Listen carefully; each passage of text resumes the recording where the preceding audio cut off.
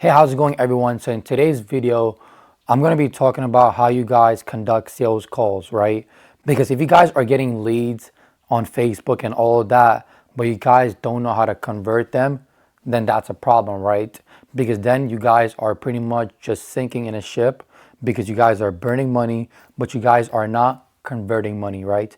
Which is a big problem. So instead of me going into my script on how I actually ask questions and all that, I want to go into the framework where I used to actually make up those questions, right?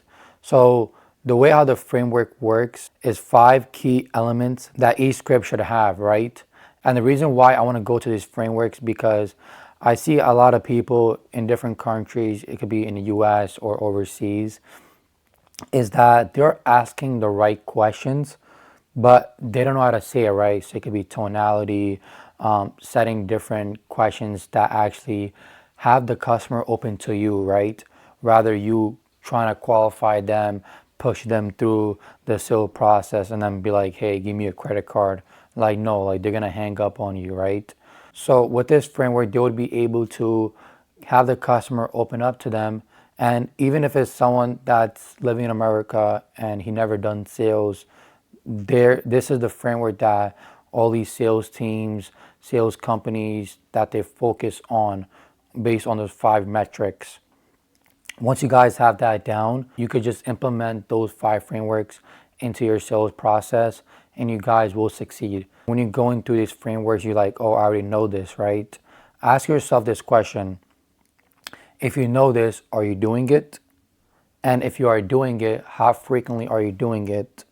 And if you are doing it frequently, right, is it implemented in the process so other people, when you onboard like new employees, new salespeople, are they using this framework in their system as well? So the first framework is, I call it the C factors: smile, enthusiasm, eye contact. Starting with smile, when you see a customer, when you meet them, it could be door to door, or even when you're on the phone call, you could smile.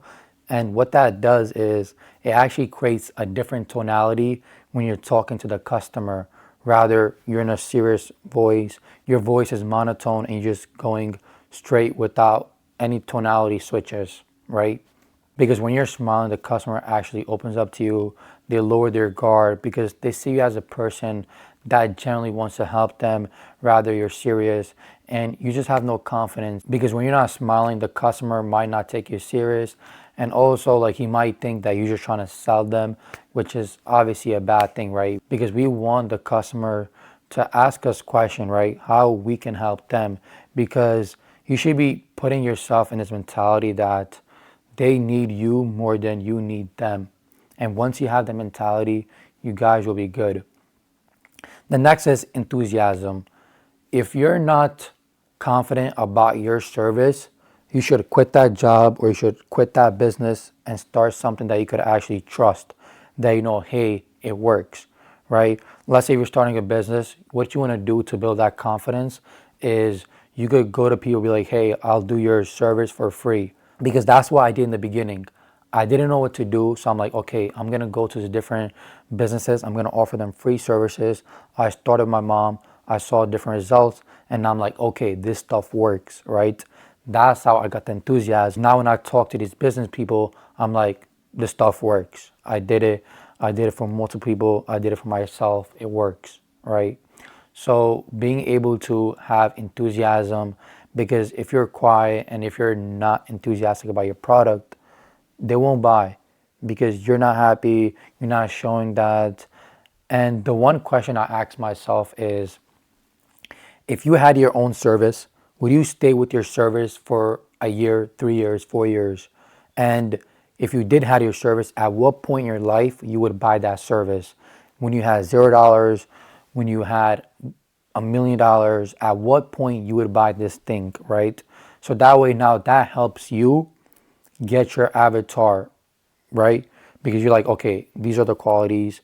I'm looking for these people. And then when you see that person, you're like, hey, this is for you, right? The last one is eye contact. Pretty much what I'm doing right now. I'm staying focused. I'm making sure I'm building a relationship. It could be in person. Obviously, on the phone call, you can't look at them, but I would recommend to do a virtual call. where you on Zoom, you're looking at them, you're looking at their body language, how they talk, right?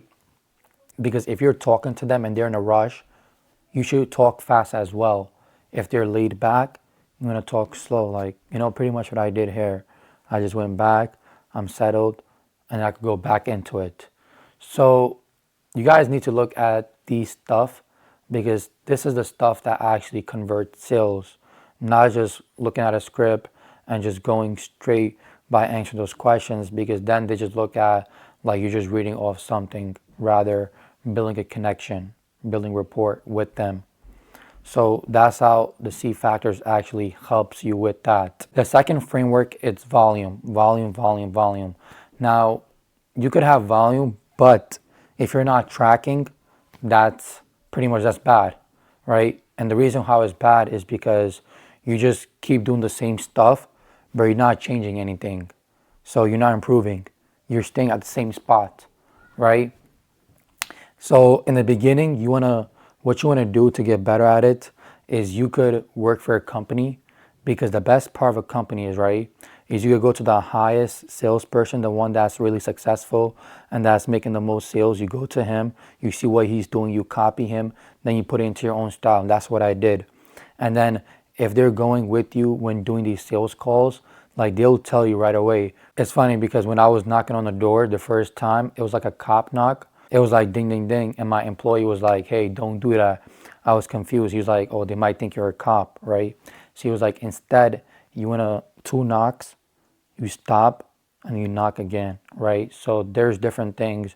Another one that I like that I learned the first day is when you're approaching someone in person, you don't want to stand straight. You want to lean a little bit back, but also be confident when you're talking. Because when you're straight, you're putting pressure on them. They never seen you before. They never talked to you. I mean, it's different if they already saw you. It was a call. It was a warm lead. Then it's different. If you're approaching someone for the first time, you want to let your guards down and then talk.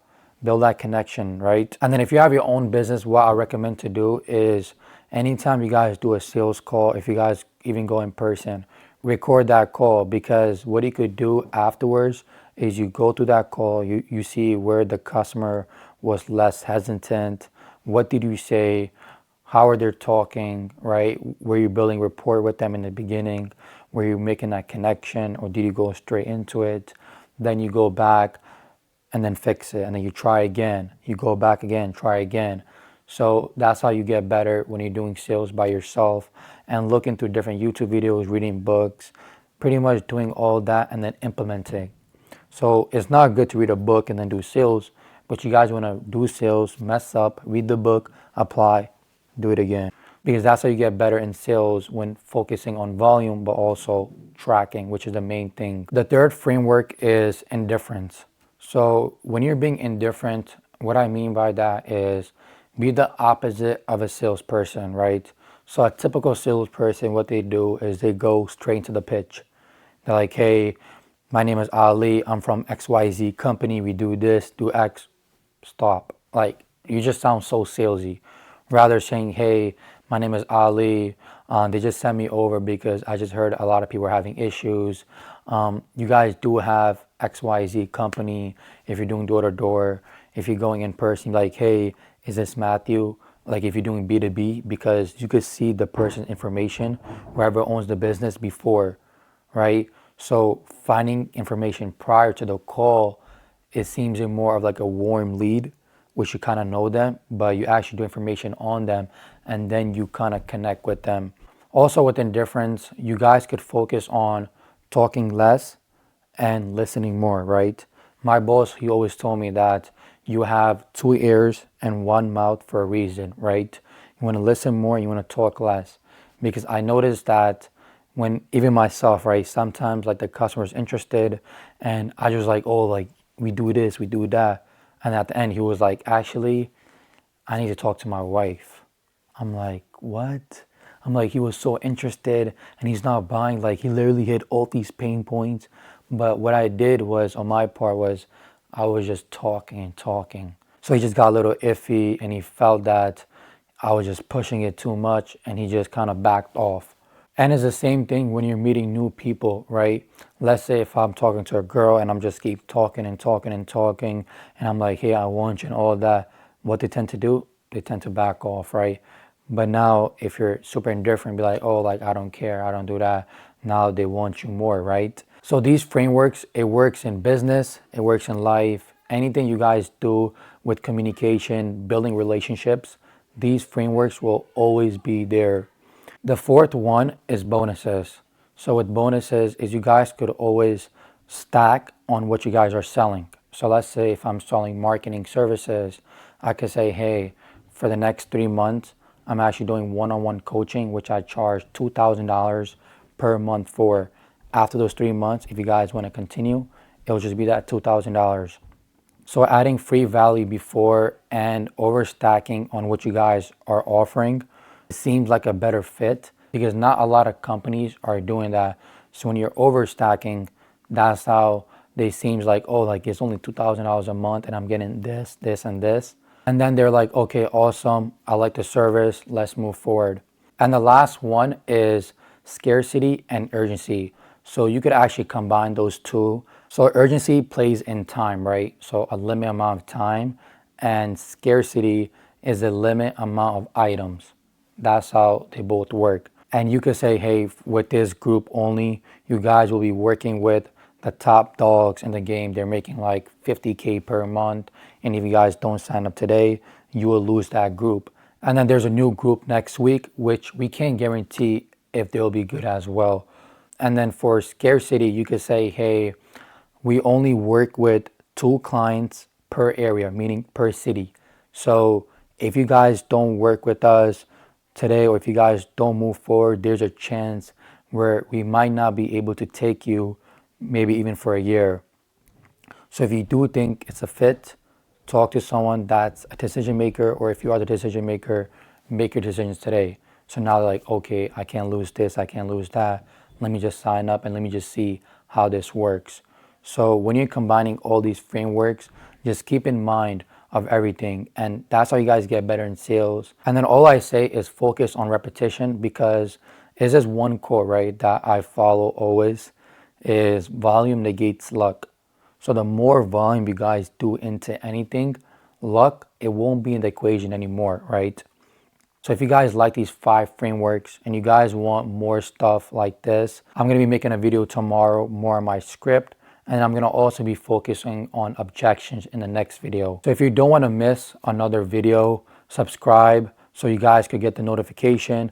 And also, if you know anyone that would benefit from this video, like I always say, share it to a friend, because that one friend might find it valuable. He shares it to another person, and that's how the compound effect works, right? And then if you guys also want to work with us, we offer marketing services for hair salons, beauty spas.